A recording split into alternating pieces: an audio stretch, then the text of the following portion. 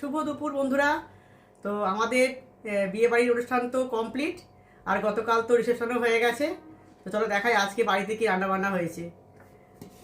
এখানে রয়েছে ফুলকপি আলু তরকারি, মানে খেতে তো ইচ্ছা করছেই না কোনো রকম কপি, কিন্তু কি করার আছে, কিছু তো করার নেই, এখনও খেতে হবে বেশ কিছুদিন।